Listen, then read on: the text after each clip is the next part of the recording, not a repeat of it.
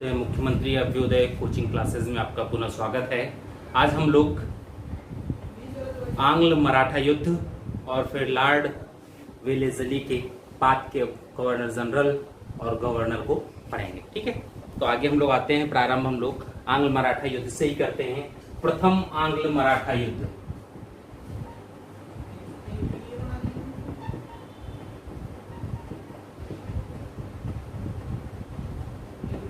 1775 से 1782। फिर युद्ध क्यों? हमेशा वर्चस्व और सत्ता को लेकर के ही युद्ध प्रारंभ होते हैं। समस्या क्या थी कि पेशवा के पद को लेकर के ही आंग्ल मराठा युद्ध भी हुआ क्या कि जब माधवराव को पेशवा बनाया गया तो माधवराव के चाचा रघुनाथ राव ये भी पेशवा बनना चाहते थे, लेकिन जो एक कार्यकारिणी परिषद बनी थी मराठाओं में, जो सरदार थे उनको लेकर के उनकी अध्यक्षता नाना फडणवीस के समय उन लोगों ने पेशवा माधवराव को बनाया। और परिणाम स्वरूप जब रघुनाथ राव को ये लगा कि मराठा सरदार मुझे पेशवा के रूप में स्वीकार नहीं करेंगे, और वो लालायित बहुत ज्यादा थे कि पेशवा का पद मिल जाए। ठीक है, तो वही कहते हैं ना कि जब व्यक्ति एक जगह नहीं प्राप्त कर पाता है लेकिन उसे पद की लालसा बहुत ज्यादा होती है, तो वह अपने दुश्मन से भी सहयोग लेने की कोशिश करता है। रघुनाथ राव ने ठीक वही किया, और रघुनाथ राव ने 1775 में सूरत की संधि की, और ये संधि की कंपनी से। और इस संधि में यह बात रखी गई कि कंपनी रघुनाथ राव के पेशवा पद को चुनौती देगी कि पेशवा का पद रघुनाथ राव को मिलना चाहिए, और कंपनी हर संभव प्रयास करेगी कि रघुनाथ राव को पेशवा बना दिया जाए। यानी बनाने के लिए कंपनी ने पेशवा चालू कर दिया। और इसी प्रश्न को लेकर के प्रथम आंग्ल मराठा युद्ध हुआ। कहते हैं जब आंग्ल मराठा युद्ध हुआ है तो नाना फडणवीस ने सभी मराठा सरदारों को एकजुट रखा, और इनकी एकजुटता का परिणाम हुआ कि कंपनी ने चाहते हुए भी रघुनाथ राव को पेशवा नहीं बना पाई। और अंततः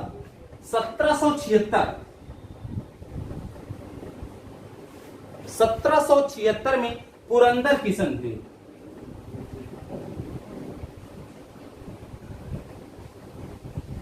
पुरंदर की संधि हुई। यह संधि कंपनी और पूना दरबार के मध्य हुआ। कंपनी के मध्य अर्थात क्या होगा अब इसमें, कंपनी जो है वह माधव राव को पेशवा मान लेगी और नारायण राव का पक्ष त्याग देगी। लेकिन समस्या यह थी कि यहां पर भी कंपनी ने युद्ध करना नहीं छोड़ा, क्योंकि कंपनी ये चाहती थी कि क्यों ना हम मराठों की सैन्य शक्ति, उनका आपसी सहयोग इत्यादि को देख लें कि ये कितने शक्तिशाली हो सकते हैं, क्योंकि भविष्य में अंग्रेजों को सबसे ज्यादा चुनौती इन्हीं के द्वारा मिलती। इसलिए कंपनी सोचती थी कि इनका कैसे न किसी रूप में या तो शक्ति कमजोर करें या इनकी शक्ति का एहसास कर ले, और ये देख लिया जाए कि इनके सहायक जो है, सरदार जो है, उनके बीच मतभेद क्या हो सकती है। अंत में 1779 में बड़गांव की संधि हुई। यह संधि हुई पेशवा और कंपनी के मध्य। ठीक, यहां पे भी पेशवा से संधि हो गई। कंपनी का लग रहा कि चीजें खत्म हो जाएंगी, लेकिन ऐसा कुछ हुआ नहीं। दूसरे सरदार इसके विरोधी थे। समस्या यह है कि चूंकि चार प्रमुख सरदार नाना फडणवीस, पेशवा, भोसले, सिंधिया, गायकवाड़, होलकर, ये चार प्रमुख सरदार हो गए। नाना फडणवीस, जिनके विषय में कहा जाता है कि पानीपत के तृतीय युद्ध के पश्चात मराठों में अगर सबसे ज्यादा कूटनीतिज्ञ कोई व्यक्ति था तो वो नाना फडणवीस ही थे। ये जब तक जीवित रहे मराठा सरदारों को एकजुट बनाए रखा। इनकी मृत्यु के बाद मराठा सरदारों के पास कोई ऐसा व्यक्ति नहीं था जो मराठों के लिए कुछ कूटनीतिक और उनके हित में कुछ चीजें सोच सके। तो अलग चीजें थी, कई सरदार थे, सबको संतुष्ट करना था। अंत में 1782 में सालबाई की संधि हुई और इस संधि के माध्यम से ही जो पूना दरबार और कंपनी के मध्य हुआ था,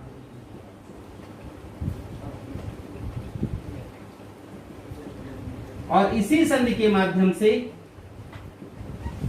प्रथम आंग्ल मराठा युद्ध समाप्त हो गया। और इस युद्ध में एक और बात रखी गई थी कि यह युद्ध विराम 20 वर्षों के लिए है। यानी ये संधि जो हम लोग आज कर रहे हैं ये केवल 20 वर्षों तक रहेगी। 20 वर्ष के बाद यह संधि स्वतः समाप्त हो जाएगी। और ठीक यही हुआ, क्योंकि अंग्रेजों को पता नहीं क्यों ऐसा लग रहा होगा या चीजें रही हो कि उन लोगों ने 20 वर्ष के लिए संधि की ताकि 20 वर्ष बाद हमें फिर युद्ध में जाना पड़ेगा, और 20 वर्ष बाद जब हम युद्ध में जाएंगे तो व्यवस्था अलग तरीके से चेंज हो चुकी होगी, और तब हो सकता है हम कुछ फायदे की स्थिति में रहें, दूसरे विरोधियों को समाप्त किया जा सके। क्योंकि 1799 में मैसूर समाप्त हो गया, जबकि इस युद्ध में मराठे और मैसूर एक साथ थे। कब से कब तक? 1780 से 82 तक। अंग्रेजों ने 1799 में मैसूर खत्म किया, विलय हो गया। मैसूर एक राज्य, एक टीपू सुल्तान की डेथ हुई और मैसूर एक छोटे से कृष्णराज तृतीय के अधीन कर दिया गया, वाडियार वंश के शासक, और सब अंग्रेजों के पास। दूसरा, 1802 में 20 वर्ष पूरा हुआ और 1803 में सेकेंड आंग्ल मराठा युद्ध प्रारंभ हुआ। ये जो युद्ध हैं कभी कभी इनके विषय में पूछा जाता है और इन युद्धों का सीरियल पूछते हैं कि किस क्रम में हुआ था, इन युद्धों का नाम क्या है, और इनकी डेट दे देते हैं, एक तरफ युद्ध के नाम दे देते हैं और फिर कहते हैं इनको मैच कीजिए। ठीक है, ये चीजें होती हैं। ये चीजें बहुत कम पूछी जाती हैं कि किसके साथ हुआ, ये जल्दी नहीं पूछी गई हैं। इसमें ये डेट पहला, दूसरा ये युद्ध, और तीसरा इनको मैच करना, ये बात पूछी जाती है इसमें। ठीक है, तो ये चीज आप याद कर सकते हैं। ठीक है, मिटा लें। इसमें आप कुछ कोडिंग भी बना सकते हैं जैसी चाहें, सबकी अलग अलग कोडिंग होती है। अगर मेरी कोडिंग आपको देते हैं तो जरूरी नहीं है कि आप याद हो या आप उसको डिकोड कर पाए, इसलिए आप अपने हिसाब से कोडिंग बनाइए। जो भी चीजें ऐसी हैं युद्ध, इनकी कोडिंग आप स्वतः बनाएं और उसके बाद उसको याद करें, क्योंकि आप जब स्वतः बनाएंगे किसी चीज का कोड तो वो आपको याद भी जल्दी रहेगा, दूसरे की चीजें आपको रटनी पड़ेगी कोड। ठीक है, चलिए आगे नेक्स्ट, सेकेंड युद्ध,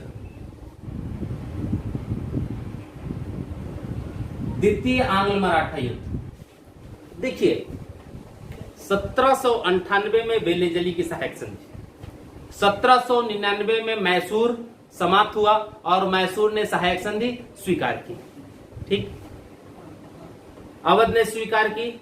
बचा कौन था दक्षिण में? मराठे जो शक्तिशाली थे, मराठों से भी सहायक संधि की बात की गई, क्योंकि 20 वर्षों का ही शांति प्रस्ताव था, स्वीकार किया था। और जैसे ही 20 वर्ष समाप्त हुए, अंग्रेजों को लगा कि अगर हम मराठों को सहायक संधि स्वीकार करवा देते हैं तो दक्षिण में या समुद्र तट वाले क्षेत्र पर अंग्रेजों की स्थिति बहुत ज्यादा मजबूत हो जाएगी और दक्षिण में कोई ऐसी शक्ति नहीं बचेगी जो उसकी सहायक संधि के अंतर्गत न हो।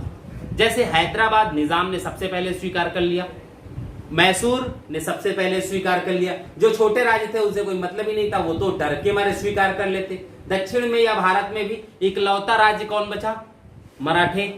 मराठों से युद्ध के माध्यम से या युद्ध में पराजित करके स्वीकार करवा दिया जाए तो अब केवल बचा कौन? राजा रणजीत सिंह, जिनसे 1809 में अमृतसर की संधि की गई।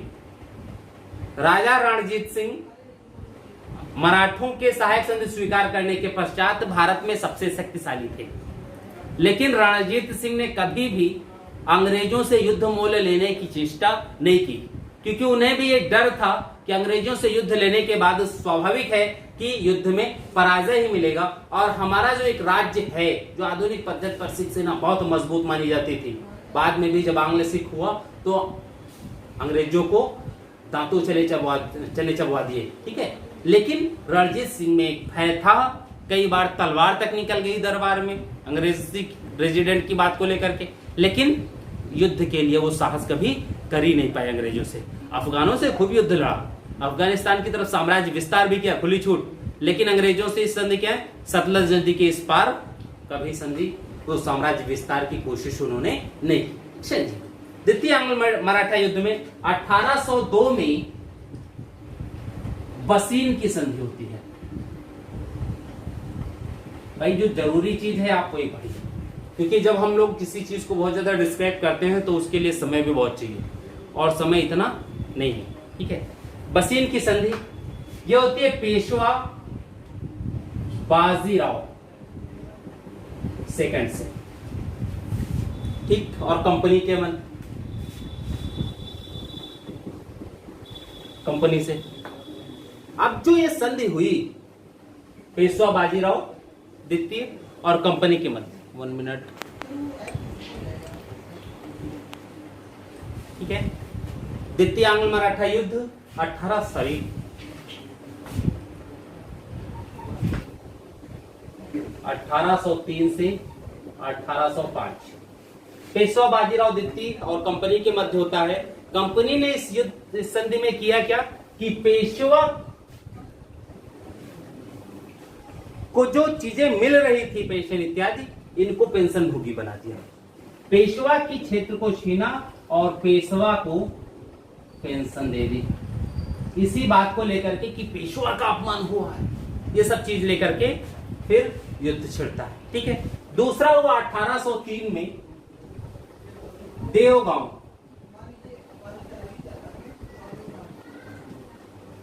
की संधि। देखिए अब यही है क्या, एक एक लोगों को पराजित करके उनको संधियों के लिए विवश करना, ठीक है। देवगांव की संधि होती है सिंधिया से, सारी संधि कंपनी की ही, कंपनी से सभी करते हैं। फिर होती है 1803 में ही सुरजी अर्जुन गांव,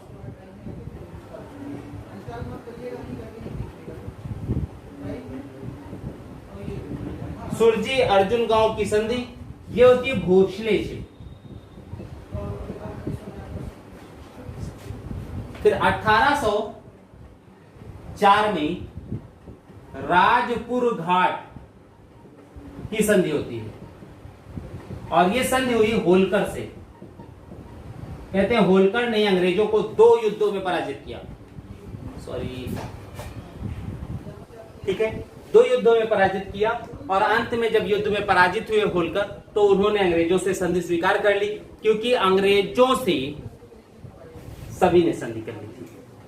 और अगर सभी मराठा सरदारों ने अंग्रेजों से संधि स्वीकार कर ली है तो फिर होलकर को भी दिक्कत नहीं थी और सब ने इसी प्रक्रिया में सहायक संधि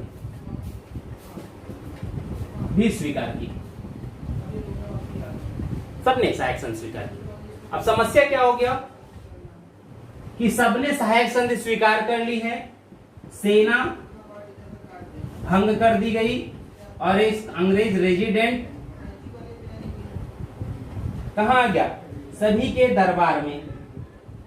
अब अगर अंग्रेज रेजिडेंट सभी के दरबार में है तो स्वाभाविक है कि अंग्रेज रेजिडेंट इनके आंतरिक मामलों में भी हस्तक्षेप करेगा, जबकि नियम के मुताबिक क्या था कि रेजिडेंट दरबारिक कार्यों में हस्तक्षेप ना करे, उसका काम क्या है, सैन्य व्यवस्था और विदेश नीति, उसमें हस्तक्षेप। लेकिन ऐसा नहीं होता था अंग्रेज रेजिडेंट हर मामले में, क्योंकि शुरू में तवज्जो भी तो बहुत ज्यादा दी जाएगी ऐसे लोगों, क्योंकि आप पराजित होकर के किसी व्यक्ति को आप अपने दरबार में बैठने का मौका दे रहे हैं, तो जब आप पराजित हैं उसे आते हैं तो एक विजेता की हैसियत से आता है, और जब एक विजेता की हैसियत से वो आता है तो आपकी नजर में उसके प्रति भय भी होगा, आपको उससे डर भी लगता है, तो उस डर को समाप्त करने के लिए आप उसका सम्मान भी ज्यादा करते हैं, और जब सम्मान ज्यादा करेंगे तो आप उसे अपने आंतरिक मामलों में भी निर्णय के लिए आमंत्रित करते हैं। और जब आप आंतरिक मामलों में निर्णय के लिए आमंत्रित करेंगे तो स्वाभाविक है आज आमंत्रित कर रहे हो, कल वो खुद जबरदस्ती घुसेगा उसमें। ठीक है, तो जब कल घुसने लगता है, आपकी स्थिति मजबूत हो गई, आप उससे वाकिफ हो गए, तो क्या होता है, जब वो बाद में घुसता है तब आपको कष्ट होता है और आप उसका विरोध करना प्रारंभ कर देते हैं। ठीक है, तो ये चीजें थी, ये 4 युद्ध लड़े गए, बसीन, देवगांव, सुरजी अर्जुन गांव, राजपुर घाट। ठीक है, अब इसमें आप जो भी करो,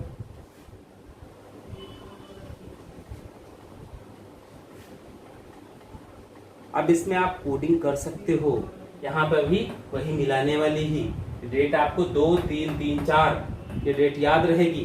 ठीक है, बस तुम पेशगी दो सिंधिया, बस तुम पेशगी देओ सिंधिया।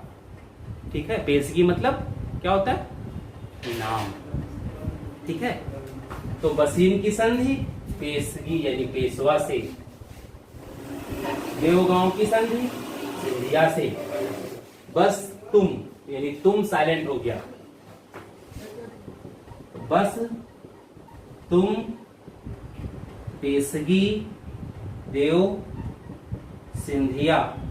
अवधी भाषा में है थोड़ा सा, देव ये अवधी भाषा में, या देव को ईश्वर से आप तुलना कर सकते हो। बस से बसीन, तुम यहां साइलेंट हो गया, पेशगी से पेशवा, देव से देवगांव, सिंधिया ऑलरेडी सिंधिया है। ठीक है, ये 2 हो गया, बस तुम पेशगी देव सिंधिया, ये हो गया 1802, ये हो गया 1803। ठीक है, फिर क्या है, सुरजी भोसले का पुर हुआ राज, सुरजी भोसले का पुर हुआ राज, पुर मतलब खत्म, यानी पुर मतलब किला भी होता है। ठीक है, सुरजी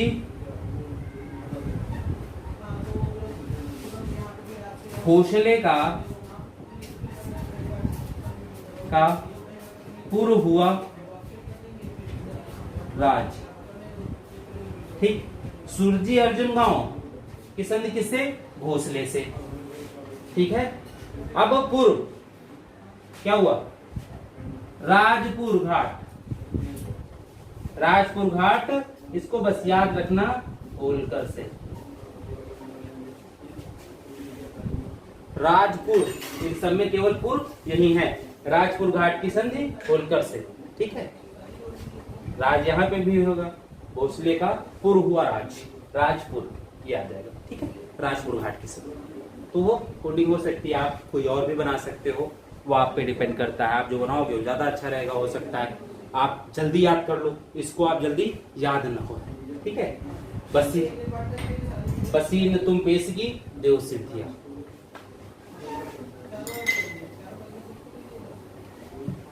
थर्ड, आंग्ल मराठा युद्ध।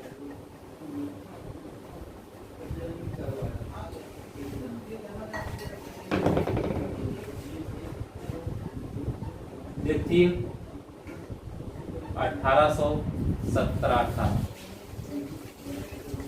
ठीक है, इसमें भी वही था, कंट्रोल किसी पे ज्यादा हो जाए तो वो कंट्रोल बर्दाश्त नहीं कर पाता है, तो वह उस कंट्रोल से निकलने की कोशिश करता है। अंग्रेजों के उस कंट्रोल से मराठे भी निकलना चाहते थे और उन मराठों ने इसके लिए अंतिम प्रयास किया। ठीक है, बाद में निकल पाए कि नहीं ये तो अलग बात है, लेकिन उन्होंने एक प्रयास किया जिसमें उनकी पराजय हुई और जो मराठा संघ था वो हमेशा हमेशा के लिए समाप्त कर दिया गया। ठीक है, नेक्स्ट देखिए, 1816 में नागपुर की संधि,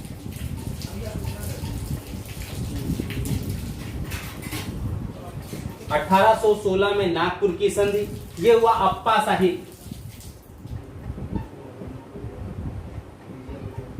अप्पा साहिब और कंपनी के मध्य।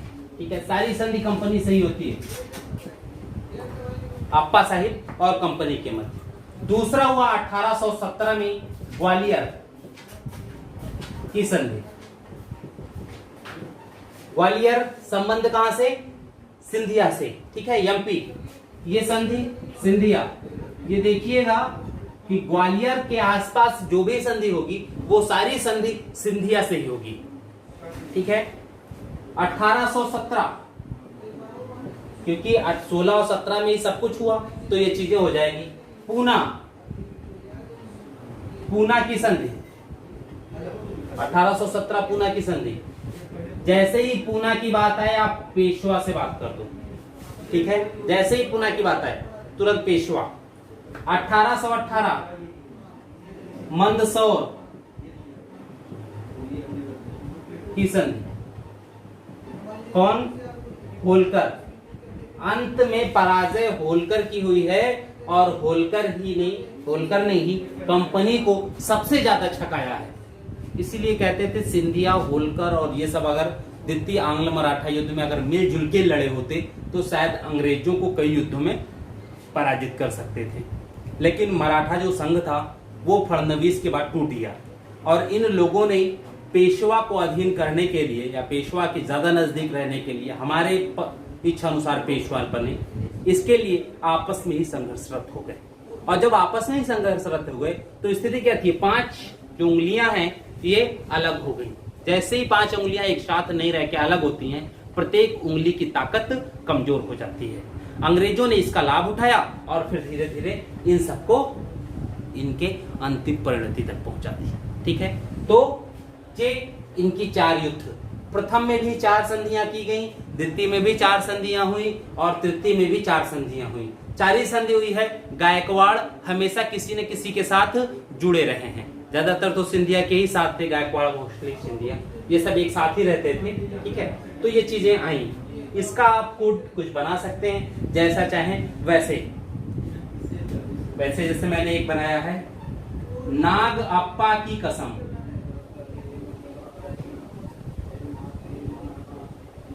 नाग अप्पा की कसम। ठीक है। ग्वालियर पूना पेशवा,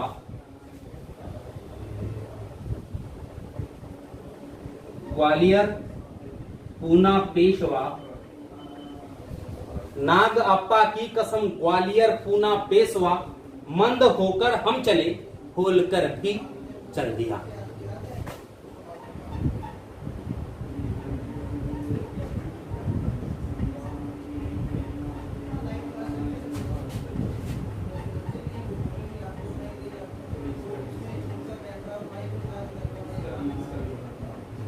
ठीक, नाग अप्पा की कसम, ग्वालियर पूना पेशवा, मंद होकर हम चले, होलकर भी चल दिया।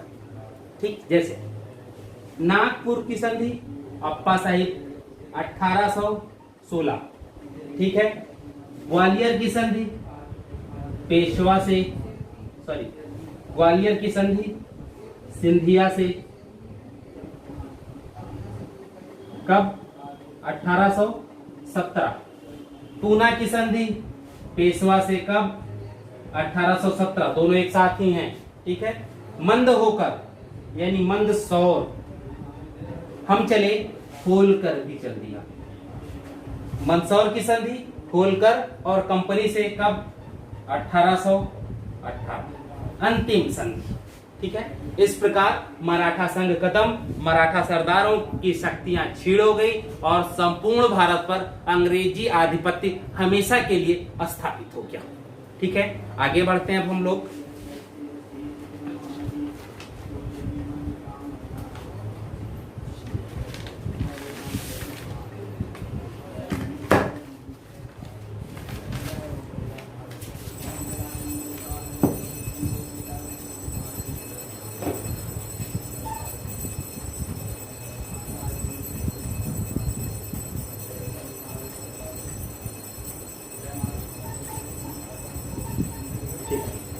हम लोगों ने बात की थी इसके पहले लॉर्ड वेलेजरी तक, 1805 तक। ठीक है। अब हम उसके बाद जो गवर्नर जनरल था, नाम जॉर्ज बार्लो।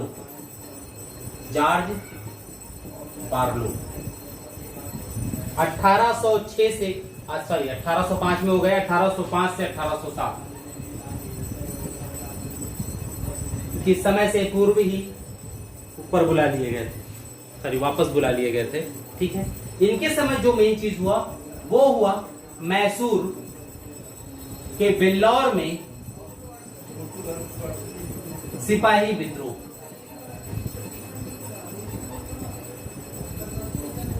भारतीय सिपाहियों का ये विरोध था। इसमें जो जातीय मूलक चिन्ह होते थे उसे लगाने की मनाही की गई थी। जैसे पंडित जी लोग तिलक लगाते हैं, राजपूत लोग पगड़ी बांधते थे, सिख वो बांधते, अलग अलग चीजें। तो जब इसकी मनाही की गई तो इन सिपाहियों ने, केवल सेना में इसकी मनाही थी, तो सिपाहियों ने विरोध किया, विद्रोह किया और इस विद्रोह को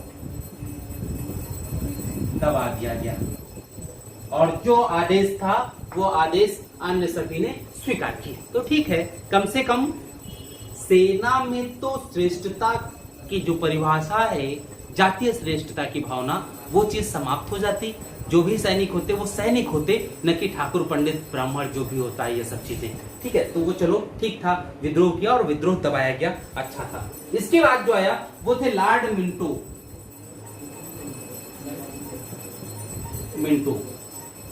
इनका टाइम पीरियड था 1807 से 1813। इनके समय कुछ चीजें हुई। जैसे पहला जो काम था वो था 1809 में अमृतसर की संधि। हम लोग बात कर चुके हैं कि ऐसी क्या आवश्यकता पड़ गई कि अंग्रेजों को आनन फानन में रणजीत सिंह के साथ अमृतसर की संधि करनी पड़ी और इस संधि के लिए बाकायदा चार्ल्स नेपियर के माध्यम से दबाव भी डलवाया गया और अंत में अमृतसर की संधि हुई, जिसमें यह घोषणा की गई, समानता के आधार पर हुई थी संधि। ये चीजें ये ध्यान रखिएगा कि यह संधि 1809 में समानता के आधार पर हुई है और इस संधि में यह बात भी कही गई थी कि राजा रणजीत सिंह किसी भी युद्ध में अंग्रेजी सहायता प्राप्त कर सकते हैं, दोनों एक दूसरे के सहयोगी रहेंगे। ब्रिटिश सेना राजा रणजीत सिंह के साम्राज्य से कहीं नहीं जाएगी, अलग से जा सकती है। जाने के लिए उसे पहले अनुमति लेनी होगी। अलग अलग चीजें हुई और ये कहा गया कि हमारा दोस्त आपका दोस्त, आपका दोस्त हमारा दोस्त, आपका दुश्मन हमारा दुश्मन, हमारा दुश्मन आपका दुश्मन।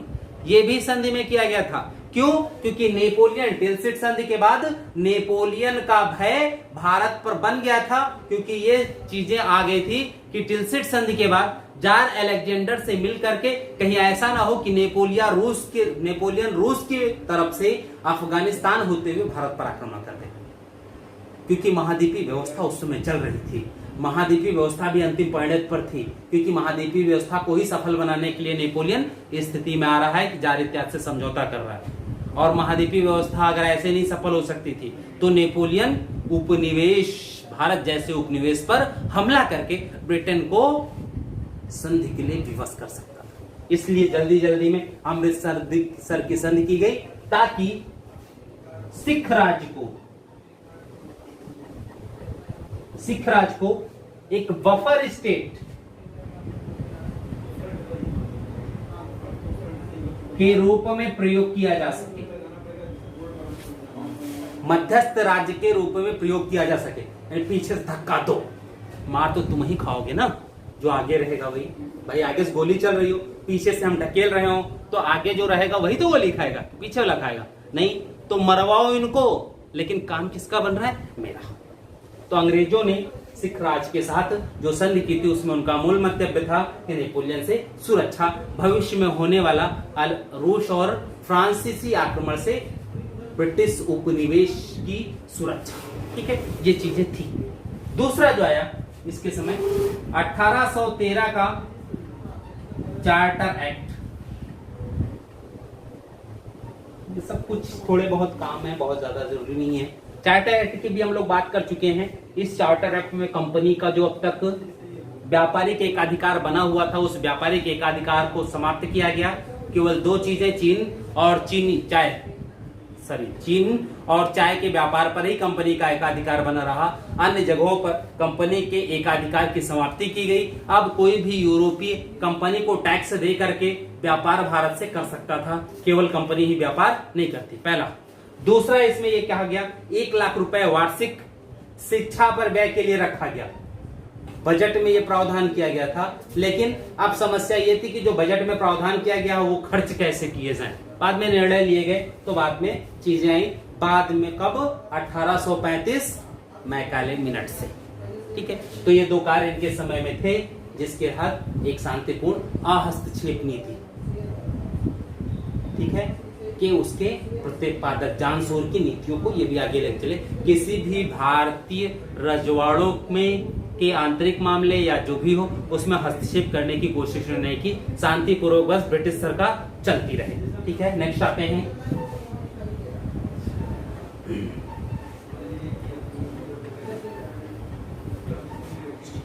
Lord Hastings.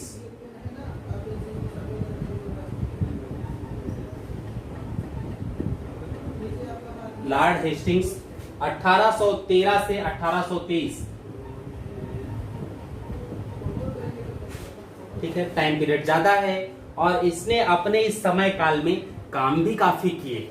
हेस्टिंग्स के जब हम लोग काम देखते हैं तो इसमें उसने काफी किया, और जो हस्तक्षेप नीति अब तक क्रियान्वित हो रही थी गवर्नर जनरल के द्वारा, पूर्व के गवर्नर जनरल, उस हस्तक्षेप नीति को इसने समाप्त कर दिया।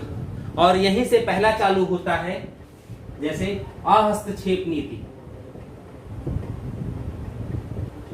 को समाप्त किया, और सबसे पहले हुआ आंग्ल नेपाल युद्ध 1816।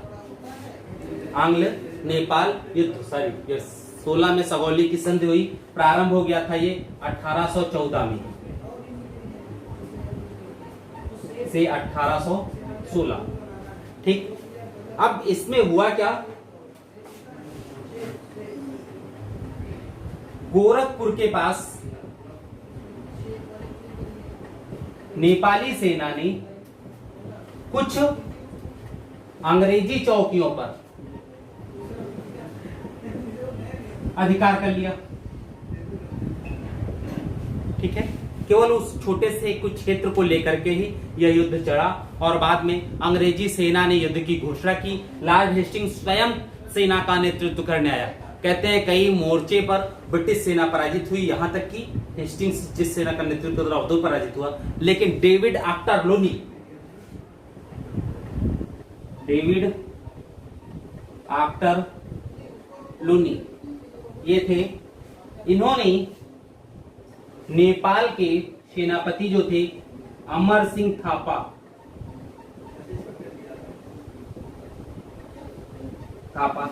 इन्हें पराजित किया, क्योंकि प्रमुख हैं, सबसे ज्यादा इन्हीं के पास सेना थी। ठीक है, अमर सिंह थापा को पराजित किया और चारों तरफ से घेर लिया।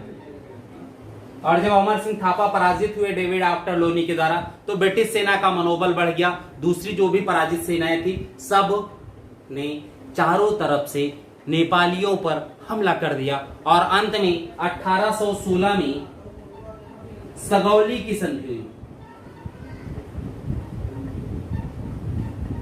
जिस संधि के माध्यम से भारत को कुछ क्षेत्रों की प्राप्ति हुई, जिनमें प्रमुख थे जो आज हिल स्टेशन हैं काफी, जैसे नैनीताल,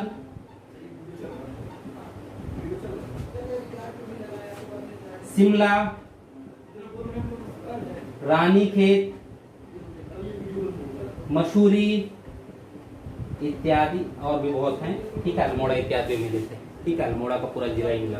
तो ये सब हिल स्टेशन मिले जो कि स्वास्थ्यवर्धक स्थल थे। ये अंग्रेजों सॉरी नेपालियों से लिया गया, नेपाल से, थापा परिवार से, और बाद में फिर ये हमेशा हमेशा के लिए भारत के अंग हो गए।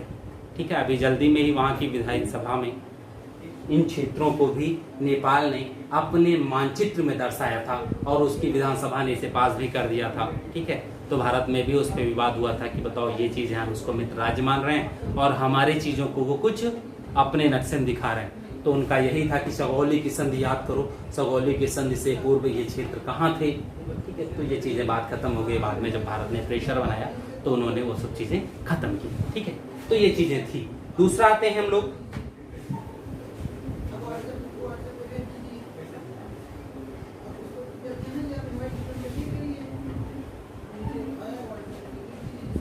पिंडारियों का दमन।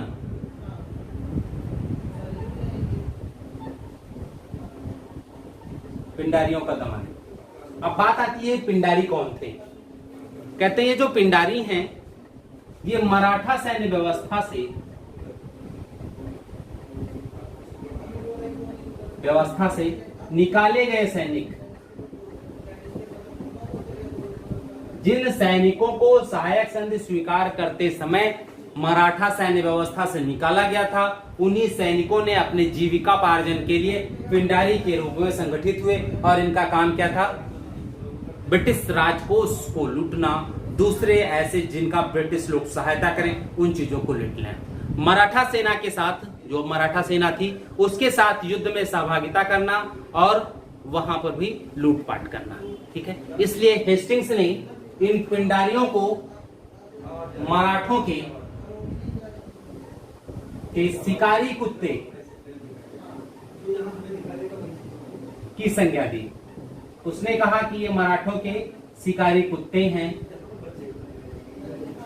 जो युद्ध से पहले ही पहुंच करके थोड़ा बहुत हमला करके वहां पर व्यवस्था खराब कर देते हैं। बाद में जब सेना पहुंचती तो वो दूसरे जो हैं वो व्यवस्था बनाने में। ठीक है, इनके 3 प्रमुख नेता थे, चीतू, करीम खां और वासिल मोहम्मद, ये 3 थे। ठीक है, यहां हमला किया गया। कहते हैं चीतू जंगल में भाग गए, जहां उसको पता नहीं चला। कुछ लोग यहां तक की कहते हैं कि चीतू को चीता खा गया, कहा था पता नहीं। ठीक है, करीम खां को पराजित करने के बाद एक जागीर दे दी गई, करीम खां को जागीर दे दी गई और यह हमेशा के लिए शांतिपूर्ण जीवन व्यतीत करने लगे। वासिल मोहम्मद को कैद कर लिया गया पराजित करने के बाद, और कैद करने के बाद ये कैद खाने में ही इनकी मृत्यु हो गई। ठीक, और इस प्रकार इसको दबाने वाले, ठीक है, इस प्रकार अंग्रेजों ने दबाने वाले हेस्टिंग्स ने मराठों की अग्रिम पंक्ति, इसको कह सकते हैं मराठा सेना की अग्रिम पंक्ति, ठीक है, सेना की, इनके नेताओं को पराजित करके पिंडारियों को, जो कि एक लुटेरे की संज्ञा दी जाती है। सलमान खान की एक मूवी भी आई थी इस पे, अब नाम आप लोगों को याद होगा, मुझे याद नहीं है, लेकिन उसमें सलमान खान पिंडारी ही बने हुए हैं। ठीक है, और एक कोई हीरोइन थी नई नई, उसी से उनका फिर बात ये है, वो इनकी क्या नाम था, अभी उनकी जो गर्लफ्रेंड थी अंग्रेजी है ना, उसी के हम शक्ल थी, कहते थे, वही मिल रही है। ठीक है, तो वो चीजें जो भी हो, ठीक है, तो इसमें ये चीज हुआ और पिंडारियों का भी दमन हुआ। नेक्स्ट, इसमें तृतीय आंग्ल मराठा युद्ध भी ये लड़े, जिसमें मराठा संघ समाप्त हुआ। ठीक है, तृतीय आंग्ल मराठा युद्ध 16 से 18, इसमें मराठा संघ भी खत्म। दूसरी चीजें, यानी एक विस्तारवादी नीति का क्रियान्वयन कर रहे हैं कौन? वारेन। नेक्स्ट आते हैं हम लोग 1820। नाम है sir Thomas Munro. Sir Thomas Munro, time 1820, नाम सर टॉमस मनरो। अधिकतर लोग जिन्होंने इतिहास पढ़ा होगा इससे पहले, वो समझ गए कि टॉमस मनरो ने किस व्यवस्था का श्री गणेश किया था। हम लोगों ने 1793 में एक भू राजस्व व्यवस्था पढ़ी थी लॉर्ड कॉर्नवालिस के समय, क्या थी? अस्थायी बंदोबस्त। 1820 में सर टॉमस मनरो ने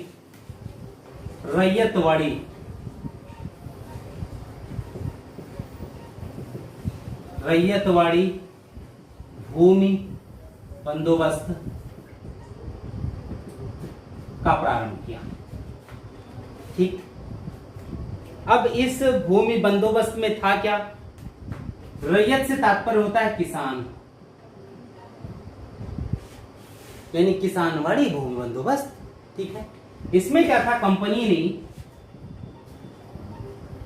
राजस्व के लिए सीधे किसानों से ही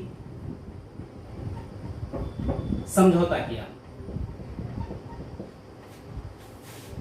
यानी राजस्व कम वसूली में कंपनी और किसानों के बीच कोई अन्य मध्यस्थ नहीं होगा।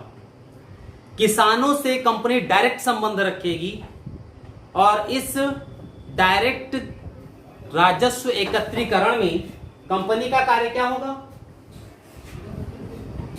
कंपनी के कारिंदे यानी सरकारी कर्मचारी ही किसानों से राजस्व की वसूली करेंगे। ये व्यवस्था दी गई इन्होंने, काफी हद तक ठीक थी, लेकिन इसमें जो कमी थी वो ये थी, अन्य व्यवस्था की अपेक्षा रैयतवाड़ी में भूमि कर सर्वाधिक था। लगभग 50% तक यहां पर भूमि कर वसूल किया गया। यानी अन्य जगहों पर होता क्या था कि जो हम मध्यस्थ को देते थे पेमेंट, वो पेमेंट यहां जोड़ दिया गया। अर्थात कंपनी वसूली में जो भी कारिंदे उसके लगेंगे, जो भी कर्मचारी लगेंगे, उनको वेतन इत्यादि कौन देगा? कंपनी स्वतः देती। इसलिए उसने किसानों से भूमि कर के रूप में वसूल कर लिया। एक व्यवस्था थी। अब इस व्यवस्था में जो किसानों के लिए फायदेमंद था वो ये था कि जो किसान हैं उन्हें ही भूमि का स्वामी माना गया। अस्थायी बंदोबस्त में भूमि का स्वामी कौन होता था? जमींदार। यहां भूमि का स्वामी किसान। ठीक। अब अगर किसान राजस्व नहीं चुकता करता है तो कंपनी यानी सरकार उसकी भूमि से बेदखली के लिए न्यायालय में मुकदमा चलाती। देखिए, अगर किसान टाइम टू टाइम राजस्व दे रहा है तो फिर वह भूमि किसान की थी। किसान उस भूमि को किसी और को भी बेच सकता था, किसी और से खरीद सकता है। ये अधिकार किसान को दिए गए, जबकि अस्थायी बंदोबस्त में यह अधिकार किसान के पास नहीं था। जमींदार जिसको चाहता उससे खेती करवाता। यहां पर किसान को अपनी भूमि बेचने और खरीदने का अधिकार दिया गया। तो यहां पर किसानों को इतने अधिकार मिले रैयतवाड़ी में। ठीक है, ये चीज हम लोग जब कभी भूमि बंदोबस्त पढ़ते हैं तो उस पर हम लोग लंबा डिस्कस कर लेंगे। ठीक है, नेक्स्ट।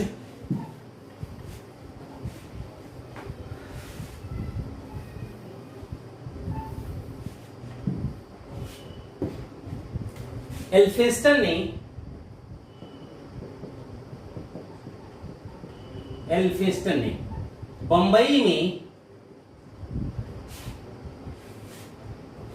एक कार्य किया। इन्होंने रैयतवाड़ी और महालवाड़ी इन दोनों व्यवस्थाओं को शुरू की।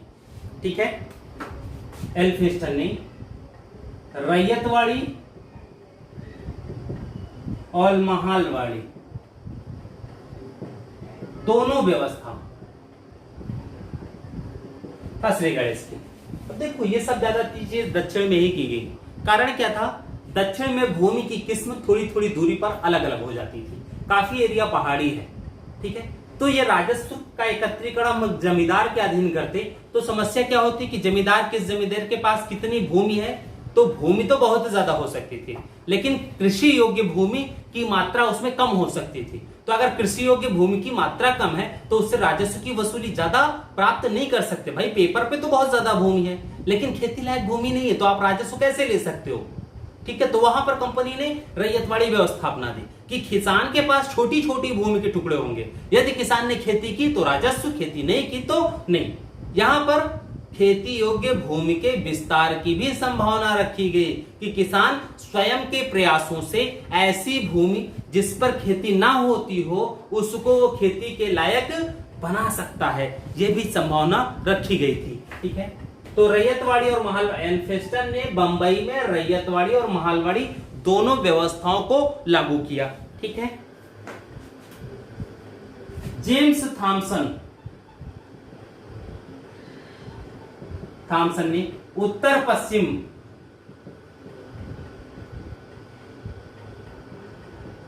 प्रांत में महालवाड़ी बंदोबस्त लागू किया। ठीक, अब बात आती है महालवाड़ी क्या है।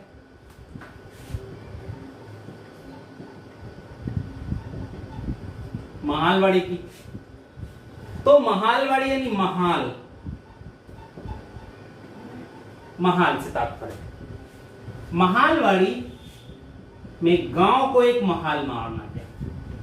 एक गांव को ही महाल मान लिया गया। भाई एक गांव है बड़ा सा, उसको एक महाल माना गया और राजस्व उस गांव पर आरोपित किया गया। राजस्व इस गांव पर आरोपित किया गया। अब गांव सामूहिक रूप से जिम्मेदार है उस राजस्व की मात्रा को चुकता करने के लिए। अब मान लेते हैं कि गांव में अगर एकता है, अच्छी खासी एकता है, 1 मिनट, ठीक है। देखिए, अब मानते हैं गांव को अगर हमने एक महल माना और राजस्व मैंने गांव पर आरोपित की, तो गांव के सभी लोग जिम्मेदार होंगे उस राजस्व को देने के लिए। तो अगर गांव का प्रत्येक व्यक्ति उस राजस्व की वसूली में एक छोटा छोटा अंश भी दे तो शायद राजस्व जमा हो सकता है। ऐसे में क्या था कि गांव के सभी लोग एक दूसरे के सहयोगी हो जाते थे,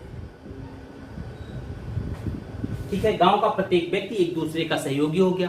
अब अगर गांव का प्रत्येक व्यक्ति एक दूसरे का सहयोगी हो गया तो स्वाभाविक है कि ये सभी सहयोग के ही माध्यम से जितने राजस्व की मात्रा उस गांव पर आरोपित की गई है उसे एकत्रित कर लेंगे।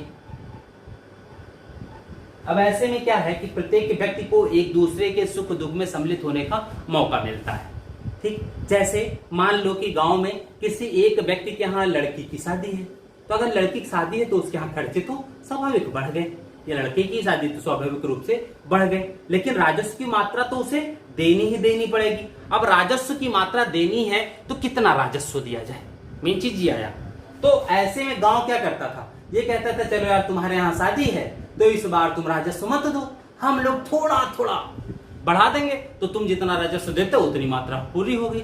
अब जैसे अगर व्यक्ति के ऊपर 45% राजस्व आरोपित है, उत्पादन का 45% देना है, तो उसने कहा कि अच्छा एक व्यक्ति को माइनस करो, ठीक है, दूसरों पर 45 की जगह पर 2% और जोड़ दो, यानी 47% हो गया।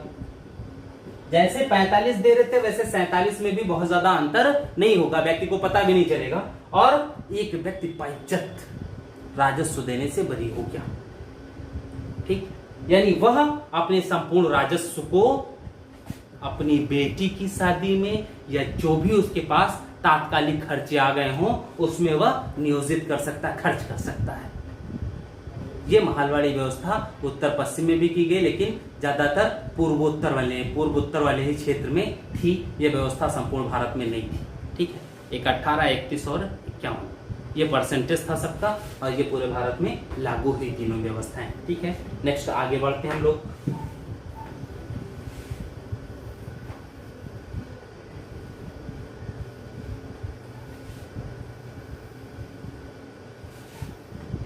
तो ये हेस्टिंग्स के कुछ कार्य थे, जिन कार्यों के माध्यम से हेस्टिंग्स ने भारत में अंग्रेजी सत्ता को कुछ ज्यादा मजबूती से स्थापित करने का प्रयास किया और उसमें सफल भी रहा। क्योंकि नेपाल से युद्ध के बाद नेपाल की पराजय और नेपाल को पराजित करने के बाद सगौली की संधि, उस संधि के माध्यम से नेपाल हमेशा के लिए अंग्रेजों का मित्र हो गया। और इसी युद्ध के पश्चात अंग्रेजी सेना में गोरखों की भर्ती प्रारंभ हो गई थी सगौली संधि के बाद, यानी 1816 में सगौली संधि के बाद ब्रिटिश सेना में गोरखों की भर्ती शुरू हुई। और गोरखे जो हैं अभी भी भारतीय सेना में भर्ती होते हैं, गोरखे, ठीक है। अंग्रेज जो नेपाली गोरखे हैं उनकी भारतीय सेना में मांग है और वो भर्ती भी होते हैं। कारण क्या है, पहाड़ी एरिया में जब भी युद्ध होता है तो उस पहाड़ी एरिया में युद्ध के लिए सबसे ज्यादा उपयोगी गोरखा सैनिक ही माने जाते हैं। ये माना जाता है कि पहाड़ पर युद्ध में गोरखों से अच्छा कोई और युद्ध नहीं कर सकता। और जब स्थल की बात होती है तो उसमें यह कहा जाता है सिखों से अच्छा कोई युद्ध नहीं हो सकता। तो उसमें सिख भी आते हैं, जाट भी आते हैं, राजपूत भी आते हैं। तो वहीं से अंग्रेजों ने गोरखों की भर्ती की ताकि बाद में उन गोरखों से नेपाल तो हो ही चुका था, बाद में चीन, सिंध, तिब्बत इन सब जगहों पर भेजे गए। तो सिंध में तो गुजराती सैनिक ही भेज दिए गए थे। तिब्बत वाला जो अभियान था, चाइना के साथ जो चीजें थी उसमें गोरखों का बहुत ज्यादा उपयोग किया गया और उस सभी चीजों में ब्रिटिश सेना सफल भी रही। ये चीजें आई, ठीक है। नेक्स्ट आते हैं हम लोग लॉर्ड एमहर्स्ट।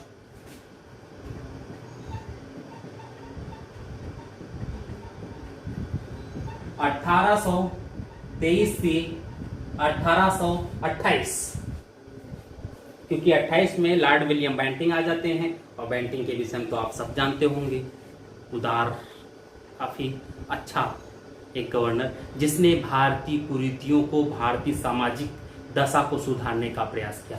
हर्स्ट के देखते हैं इनके समय क्या हुआ।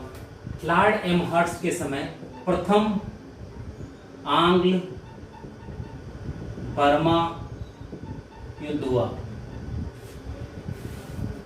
टाइम था 1826।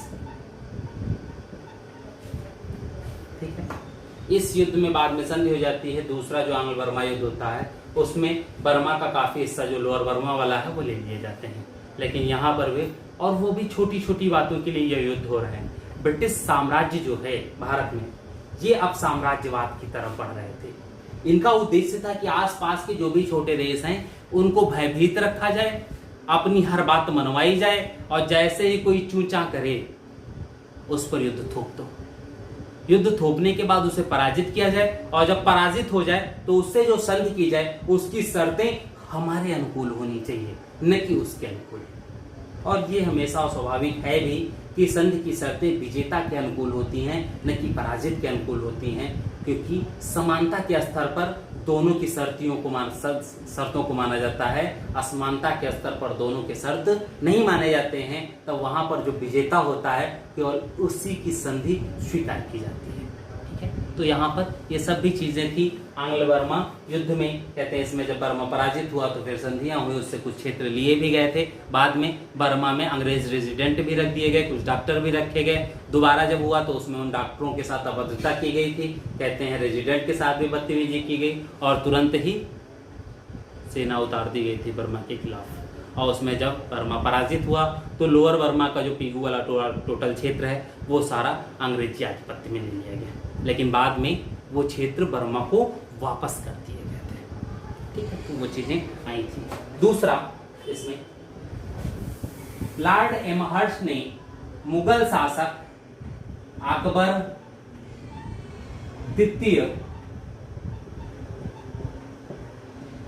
द्वितीय से दिल्ली में समानता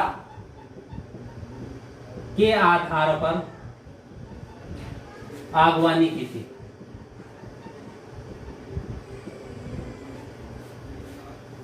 देखिए, यानी 1803 लॉर्ड लेक के समय से, लॉर्ड लेक के विषय में कहता है कि वो जब मुगल दरबार में गए तो उसने जूता नहीं उतारा था, जबकि उससे पहले की परंपरा थी कि अंग्रेज हो चाहे जो भी हो, मुगल दरबार में जाने के बाद जूता उतार के जाते थे। लॉर्ड लेक चूंकि विजेता की हैसियत से गया था, इसलिए उसने अपने घमंड में ही जूता नहीं उतारा, और इतना होने के बाद भी मुगल शासक में इतनी साहस नहीं थी कि वह लॉर्ड लेक को दंड दे सके। ठीक है, तो एक तो वहां हो गया था। लेकिन यहाँ पर अब जब दोबारा लॉर्ड एमहर्स्ट के समय, तो गवर्नर जनरल ही मुगल शासक से मिल रहा है, और यहाँ पर चूंकि गवर्नर जनरल इसके पहले जाते थे तो वो भी अभद्रता नहीं करते थे। एक जो मुगल दरबार में जाने की प्रक्रिया थी, एक जो उनका नीति निर्धारण था कि इस तरीके से ही आएंगे, एक नियम था, जो नियम कायदे बनाए गए थे शासक से मिलने का, उसका पूरा अंग्रेज भी फॉलो अप करते थे।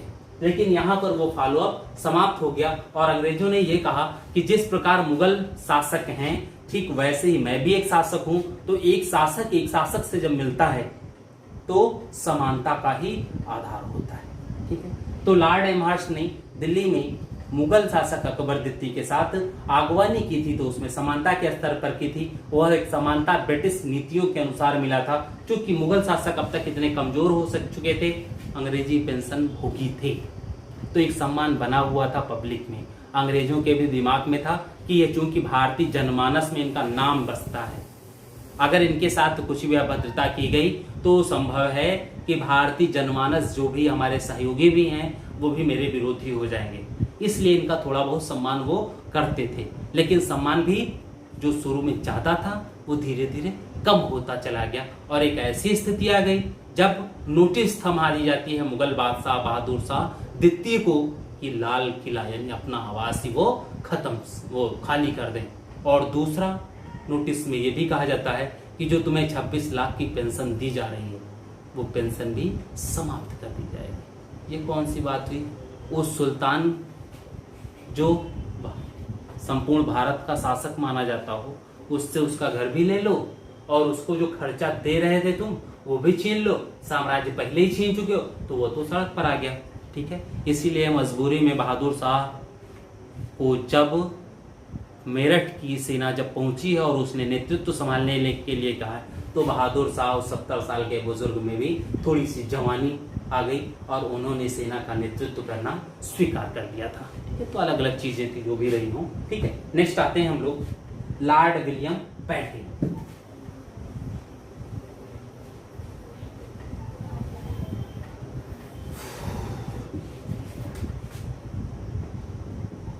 लॉर्ड विलियम बेंटिंक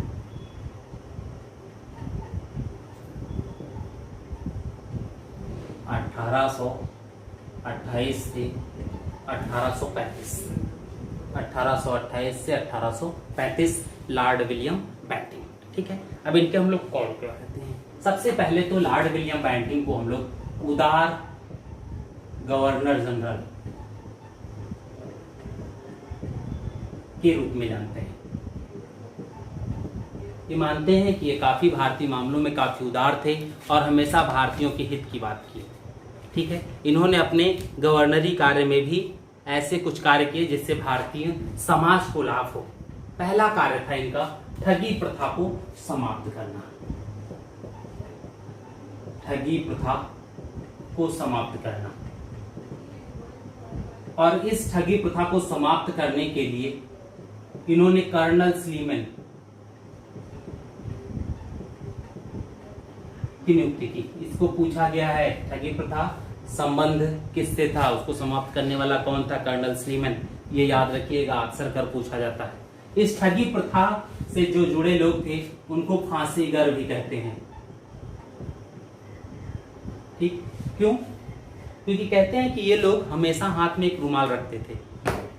जैसे रुमाल हम लोग भी सामान्यतः रख के चलते हैं, वो लोग भी हमेशा अपने पास एक गमछा या रुमाल रखते थे। और ये लोग हमेशा लूटने का कार्य करते, सामान्य पब्लिक को या जिसके पास सोच समझा कि इनके पास कुछ संपत्ति हो सकती है, उसे लूटने का कार्य करते थे। और लूटने के बाद जिस व्यक्ति को लूटते थे उसकी हत्या कर देते थे गला घोट करके। जो रुमाल रखते थे उसी से गला घोट करके उसकी हत्या कर देते थे। ये जो घटनाएं बंगाल के क्षेत्र में काफी ज्यादा हुई, फिर दूसरे क्षेत्रों में भी बढ़ने लगी। भाई हर व्यक्ति को मजा आने लगेगा तो क्या दिक्कत है। जीविका चलाने के लिए हत्याएं जरूरी हो जाती हैं, क्योंकि व्यक्ति स्वयं जीवित रहने के लिए निकृष्ट से निकृष्ट कार्य भी कर सकता है। तो यहाँ पर वो चीजें थी। फांसीगर लोगों को भी अपनी जीविका चलाने के लिए कोई कार्य जब नहीं दिखा तो इन्होंने सोचा क्यों न दूसरे लोगों को लूटा जाए। अब इसमें लूटने के लिए पूंजी किसके पास, सामान्य किसान के पास तो बहुत ज्यादा होगी नहीं, वो वैसे ही भूख से मर रहा था। ठीक है, तो उसमें अधिकतर कौन थे, कर्मचारी होते थे, साहूकार होते थे, दूसरे अन्य होते थे। तो ये सब लोग आते रहते थे। तो ये करते क्या थे कि ये ताक लगाते थे, पहले रेकी करते थे, रेकी रखने के बाद वो मार्ग पे ताक रखते थे। किसी तरीके से जिस व्यक्ति को लूटना होता था उससे हिल मिल भी जाते थे, हिल मिल जाते थे, उसको कुछ नशीला पदार्थ खिला करके उसका गला घोंट के मार देते थे और फिर रफू चक्कर हो गए सारा माल लेकर के। तो ये सारी चीजें थी। विलियम बेंटिंक को इस चीज के विषय में जानकारी मिली और ऊपर से भी आदेश आया कि आप उस चीज को खत्म करो। निदेशक मंडल या कोर्ट ऑफ डायरेक्टर्स ने भी ये चीजें कही थी और अंत में उन्होंने कर्नल स्लीमन को इसके लिए नियुक्ति की।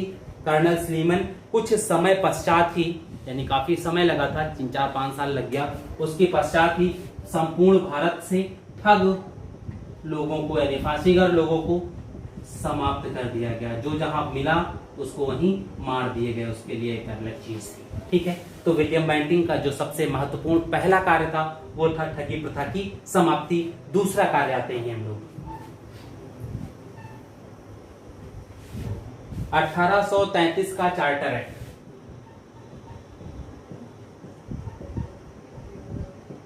चार्टर एक्ट, अब देखो 1813 का हुआ। चार्टर एक्ट में कंपनी को 2 चीजों के व्यापार पर छोड़ करके और सभी पर उसका जो एकाधिकार था वो समाप्त कर दिया गया। 1833 में क्या किया गया कि इसमें कंपनी को पूर्णतः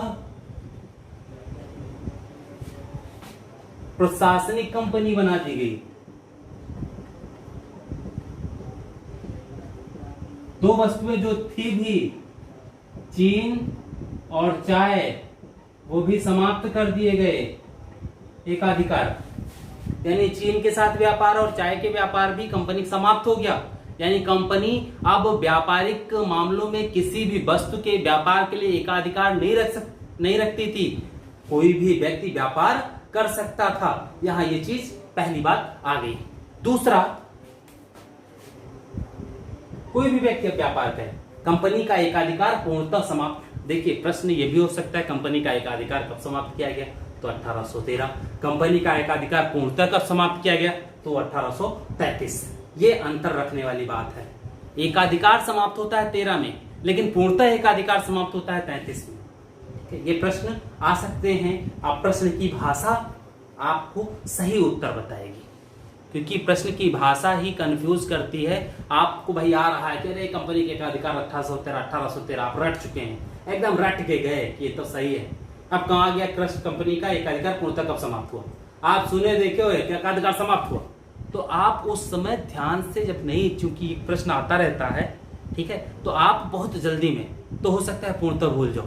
एकाधिकार समाप्त हो, आपके दिमाग में वही चीज फीड होती है, और जैसे ही फीड होती है, चूंकि आप इसको रटे हो, वो चीज याद है, आपने तुरंत 1813 को क्लिक किया और छाती पर हाथ मारा, कहा ये क्वेश्चन सही। ठीक। और जब बाहर आते हैं, आपका कोई मित्र ये बताता है, अरे यार इसमें पूर्णतः एकाधिकार, अरे तब आप इसे, अरे यार हम तो समझ ही नहीं पाए, जल्दी जल्दी एकाधिकार समाप्त 1813 मार के चले आए। ठीक है, तो ये चीजें आती हैं। ठीक है, नेक्स्ट आते हैं, इसमें देखते हैं क्या है। सरकारी सेवा में, यहीं पर इसी में ये कहा गया, सरकारी सेवा में योग्यता को आधार माना गया।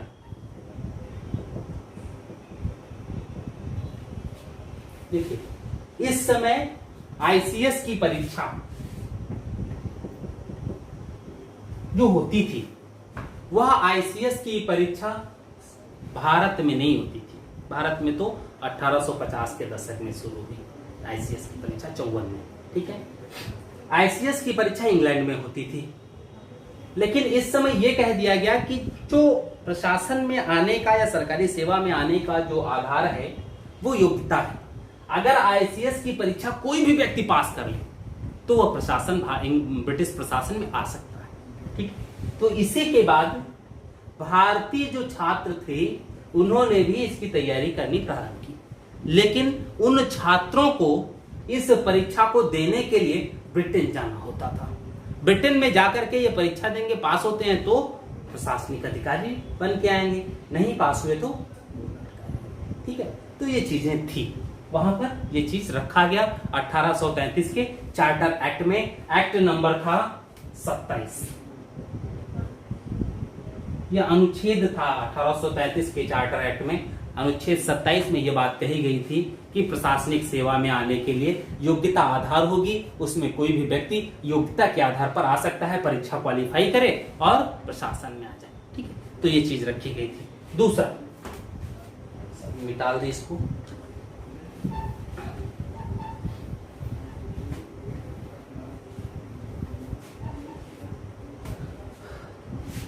1829 में सती प्रथा की समाप्ति। सबसे महत्वपूर्ण काम, ये रेगुलर पूछा जाता है, सती प्रथा संबंध किससे? राजा राम मोहन राय, विलियम बेंटिंक। कब? 1829। किस एक्ट से? नियम 17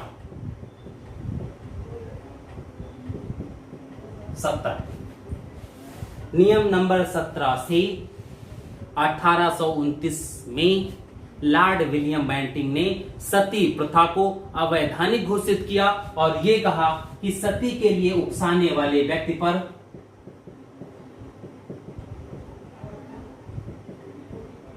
पर हत्या के बराबर मुकदमा चलेगा। ठीक, और इस सती प्रथा को समाप्त करने के लिए जो भारतीय थे जिन्होंने सहयोग किया, वो थे राजा राम मोहन राय। इन्हें भारतीय पुनर्जागरण का पिता भी कहा जाता है।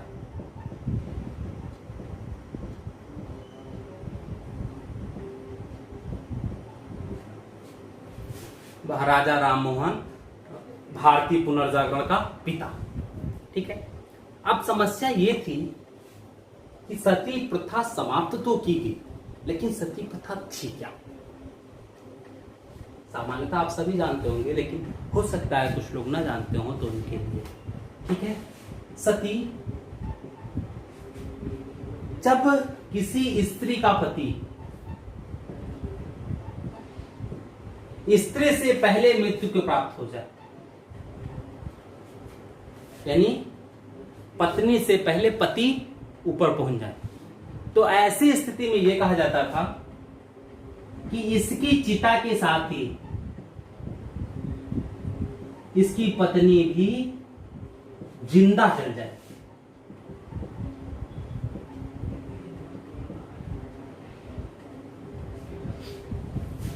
क्यों?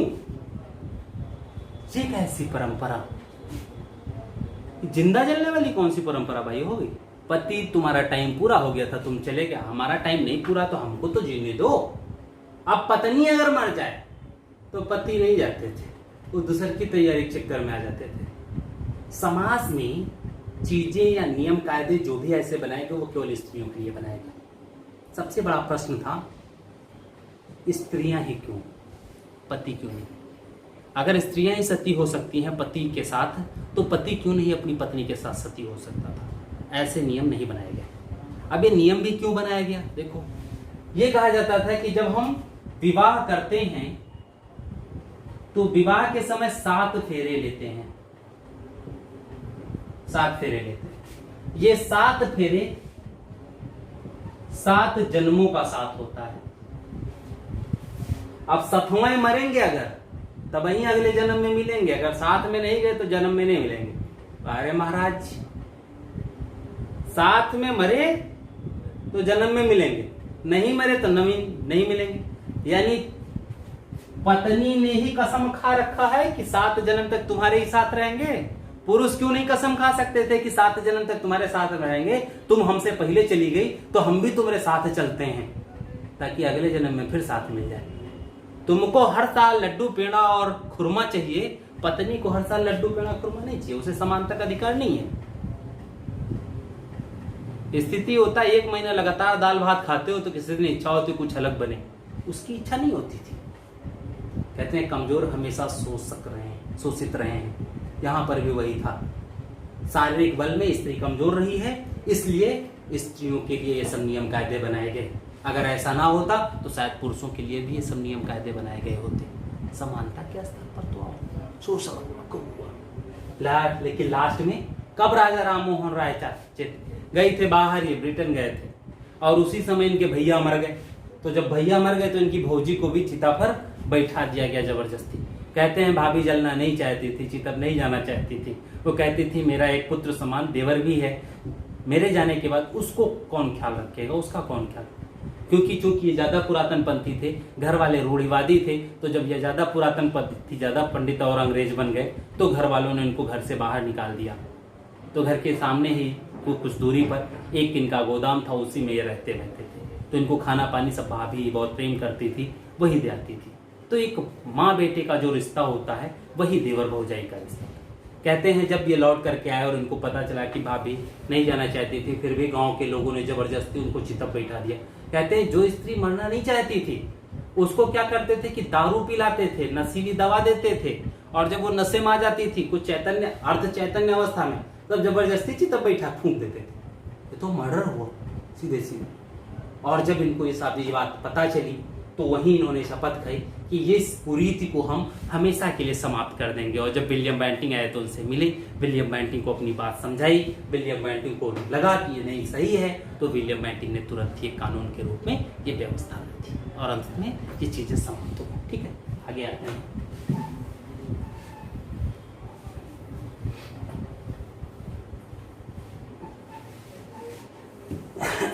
शिक्षा 1835 में मैकाले मिनट, यानी भारतीय शिक्षा पर जो अब तक विवाद था कि भारतीय शिक्षा दी कैसे जाए, वह विवाद यहीं से समाप्त हो गया। लॉर्ड मैकाले ने भारतीय साहित्य और अरब साहित्य को कूड़ा बताया। ठीक है, और उसने ब्रिटिश शिक्षा की वकालत की। अंत में यानी इसके मिनट में ये चीजें सिद्ध हो गई थी कि अब जो शिक्षा होगी वह ब्रिटिश शिक्षा का फोकस होगा। इन्होंने शिक्षा के 3 माध्यम दिए। इन्होंने कहा कि जो प्राथमिक शिक्षा है वो मातृभाषा में होनी चाहिए, माध्यमिक जो शिक्षा है या इंटर की जो शिक्षा है वो मातृभाषा प्लस अंग्रेजी में हो, और उच्च शिक्षा पूर्णतः अंग्रेजी में होनी चाहिए। ठीक है, ये चीज दी और फिर यही बात चीजें लागू भी हुई। क्योंकि शिक्षा बहुत से लोगों तक तो अचानक सब जगह तो शिक्षा पहुंचाई नहीं जा सकती थी, इसलिए एक सिद्धांत दिया गया, फिल्ट्रेशन थ्योरी। ठीक है, छननी सिद्धांत या निस्यंदन सिद्धांत। उसमें ये कहा गया कि जो समाज का उच्च वर्ग है उसको शिक्षित किया जाए, और समाज के उच्च वर्ग से शिक्षा छन छन के समाज के निम्न वर्ग तक पहुंच जाएगी। लेकिन बाद में देखा गया कि ये चीजें नहीं आई, तो 1853 के उस डिस्पैच में शिक्षा के लिए व्यवस्था की गई, और उसमें प्रत्येक जिले में एक एंग्लो वर्नाक्यूलर एक्ट वो विद्यालय की व्यवस्था की गई, और लंदन विश्वविद्यालय की तर्ज पर 3 विश्वविद्यालय स्थापित करने की बात की गई। कौन कौन? बंबई, कलकत्ता और मद्रास। ये 3 विश्वविद्यालय 1856 से कार्य रूप में आ गए। ठीक है, तो एक कार्य ये भी था मैकाले का मिनट, वो बेंटिंग के समय ही हुआ, लॉर्ड बेंटिंग के समय। 1835 में ही बेंटिंग ने कलकत्ता मेडिकल कॉलेज की स्थापना करी। ठीक, कलकत्ता मेडिकल कॉलेज ये भारत में स्थापित पहला मेडिकल कॉलेज है। ठीक है, इन्होंने एक और सामाजिक कुरीतियों के खिलाफ शिशु कन्या वध पर प्रतिबंध लगाया।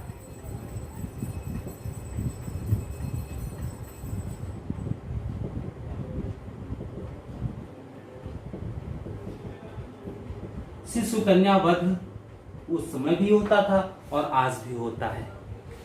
पहले क्या होता है कि कन्या के जन्म लेने के बाद वध होता था, आज क्या होता है कन्या को गर्भ में ही मार दिया जाता है, सोनोग्राफी के माध्यम से पता लगाया जाता है, जबकि कानून है उस पे। ठीक है, लंबी सजा हो सकती है, लेकिन ये सब चुपके चुपके होता है। ठीक है, सोनोग्राफी से पता लगाया जाता है कि बच्चे का लिंग क्या है। जब लिंग का निर्धारण हो जाता है तो हत्या की जाती है। बहुत से लोग ऐसे हैं जो लड़के की चाहत में लड़की जन्म नहीं देना चाहते, और इसी चाहत को फुलफिल करने के लिए वह कई डॉक्टर जो छोटे छोटे हैं उनसे मिल करके, उनको पैसा दे करके, उनको पैसे के लालच दे करके गुप्त रूप से ऐसी घटनाओं को अंजाम देते हैं। ठीक है, जबकि सोनियोग्राफी में लिंग परीक्षण अवैध है, शासन के अनुसार नहीं हो सकता, लेकिन फिर भी गुप्त रूप से ये धंधा चलता फलता फूलता रह रहा है काफी लोगों के, काफी डॉक्टरों। ठीक, नेक्स्ट हम लोग आते हैं सर चार्ल्स मेटकाफ। बहुत छोटा शासनकाल, सर चार्ल्स मेटकाफ 1835 से 36। ठीक है, इनके विषय में सिर्फ एक बात आती है और उसको पूछा भी जाता है। सर चार्ल्स मेटकाफ को प्रेस का मुक्तिदाता कहते हैं। आने के बाद जो इनका एकमात्र कार्य था वो था प्रेस पर जितना भी नियंत्रण था सरकार का, उस सारे नियंत्रण को इस बंदे ने खत्म कर दिया। उन्होंने कहा प्रेस जो है वो स्वतंत्र होना चाहिए ताकि लोगों की आवाज सरकार तक भी पहुंच सके, और इस सारे नियंत्रण को उन्होंने खत्म किया, इसीलिए इन्हें प्रेस का मुक्तिदाता की उपाधि मिली गई। ठीक है, ये हमेशा प्रश्न आता है, प्रेस का मुक्तिदाता किसे कहा जाता है। ठीक है, तो वो प्रश्न चार्ल्स मेटकाफ। ठीक है, नेक्स्ट आते हैं हम लोग लॉर्ड ऑकलैंड।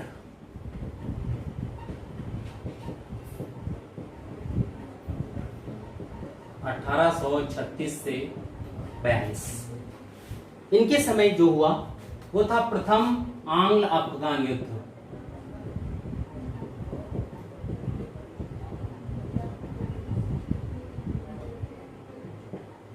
(1836)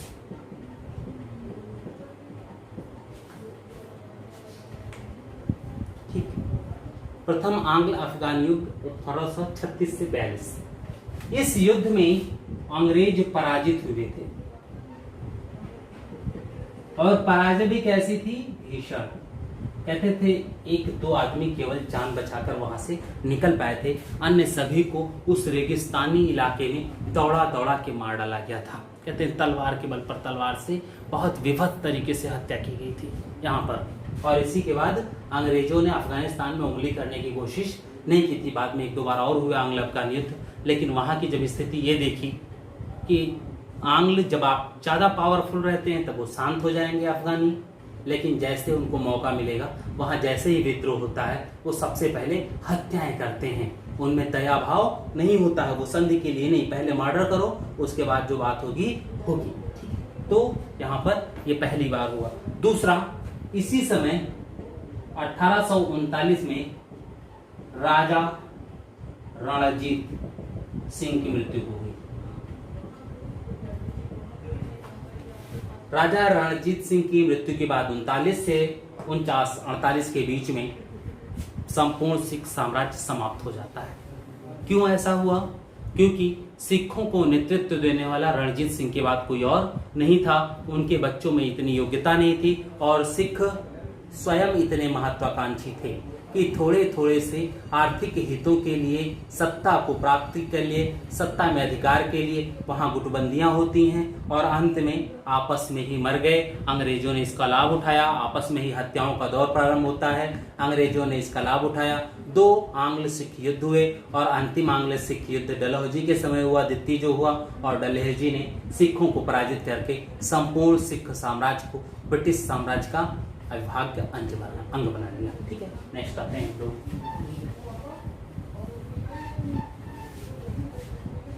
Lord Ellenborough.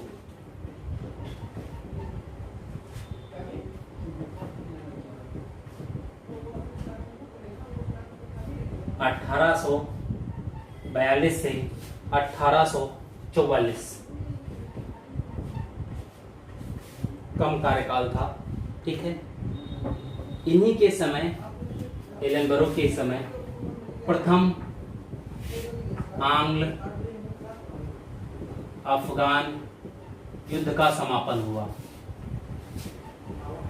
प्रथम आंग्ल अफगान युद्ध का समापन हुआ और 1844 में सिंध का विलय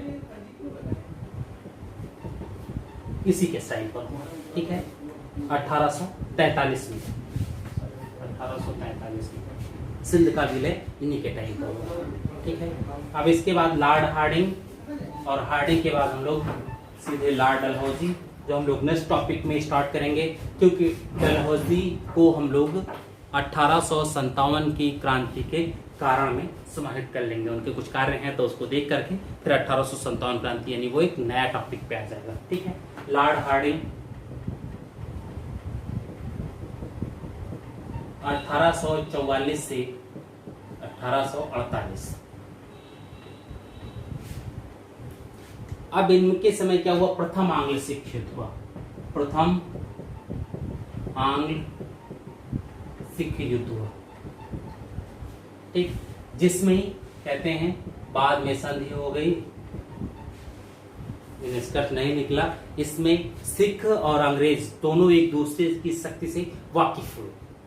अंग्रेजों को भी लगा कि नहीं, सिख काफी मजबूत हैं, अगर एकजुट रहते हैं तो अंग्रेजों को बहुत भारी क्षति पहुंचा सकते हैं, इसलिए अगर इनको तोड़ करके युद्ध लड़ा जाए तो स्वाभाविक है, और ये युद्ध समाप्ति पर खत्म हुआ।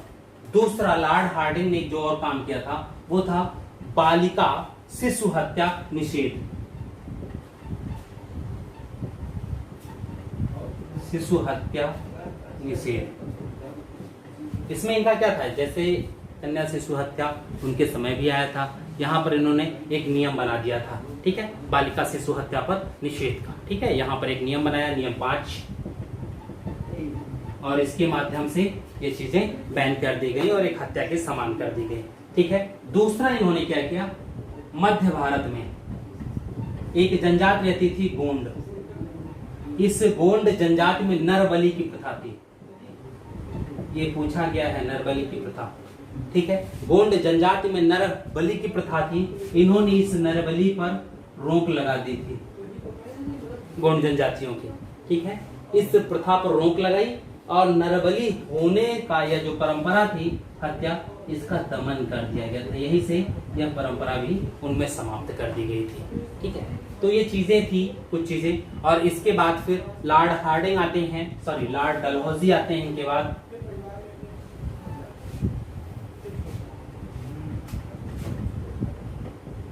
लॉर्ड डलहौजी 1848 से 56, लॉर्ड डलहौजी 1848 से 1856। और डलहौजी के जब हम कार्य की बात करते हैं तो इसने बहुत से कार्य किए। ठीक है, कहते हैं ब्रिटिश साम्राज्य का सर्वाधिक साम्राज्य विस्तार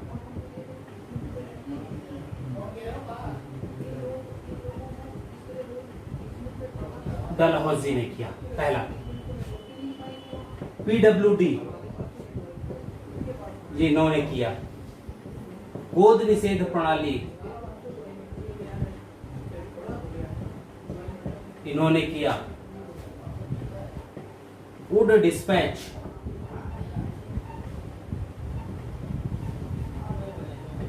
इन्हों के समय हुआ।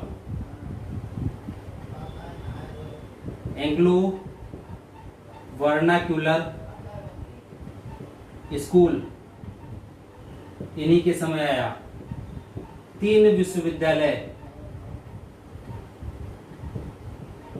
इन्हीं के समय आए। बहुत से कार्य हैं इसके। ठीक है, एक पूरी फेहरिस्त है, वो सारे कार्य थे जल्दी जल्दी में किए गए। सॉरी, द्वितीय आंग्ल सिख युद्ध भी इसी समय हुआ।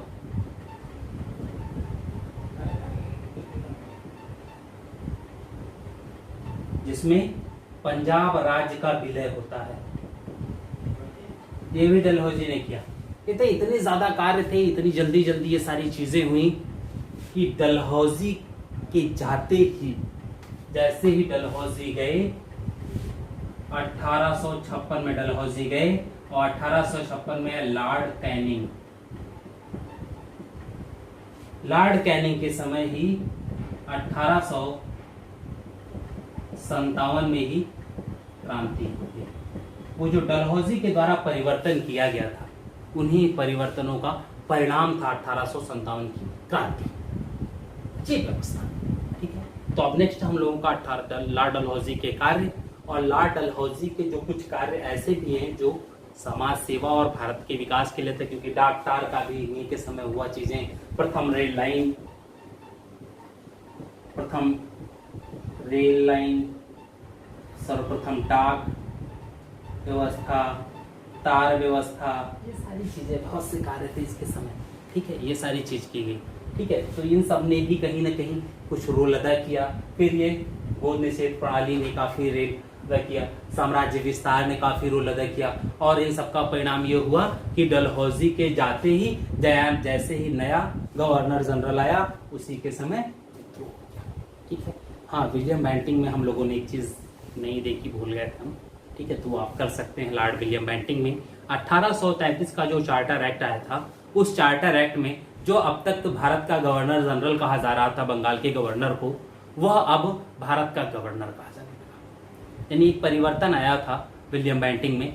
बंगाल का भारत का गवर्नर जनरल हेस्टिंग के समय हुआ, लॉर्ड हेस्टिंग के समय। वो व्यवस्था 1833 तक चलती रही विलियम बेंटिंक के समय। और विलियम बेंटिंक के समय जब 1833 का चार्टर एक्ट आया, तो वहां पुनः नाम परिवर्तित कर दिए गए और वहां का गया भारत का गवर्नर जनरल। ठीक है, तो 1858 जब कैनिंग के समय 1858 का भारत सरकार अधिनियम आता है, ठीक है, परिषद अधिनियम, सॉरी, भारत परिषद अधिनियम आता है, तो उस परिषद अधिनियम में उस गवर्नर जनरल को एक नया नाम दिया जाता है, उसे कहा जाता है भारत का वायसराय। और वही व्यवस्था 1947 तक चलती रहती है। कब? जब तक भारत आजाद नहीं हो जाता। ठीक है, तो आज की क्लास यहीं तक। सबको बहुत बहुत धन्यवाद।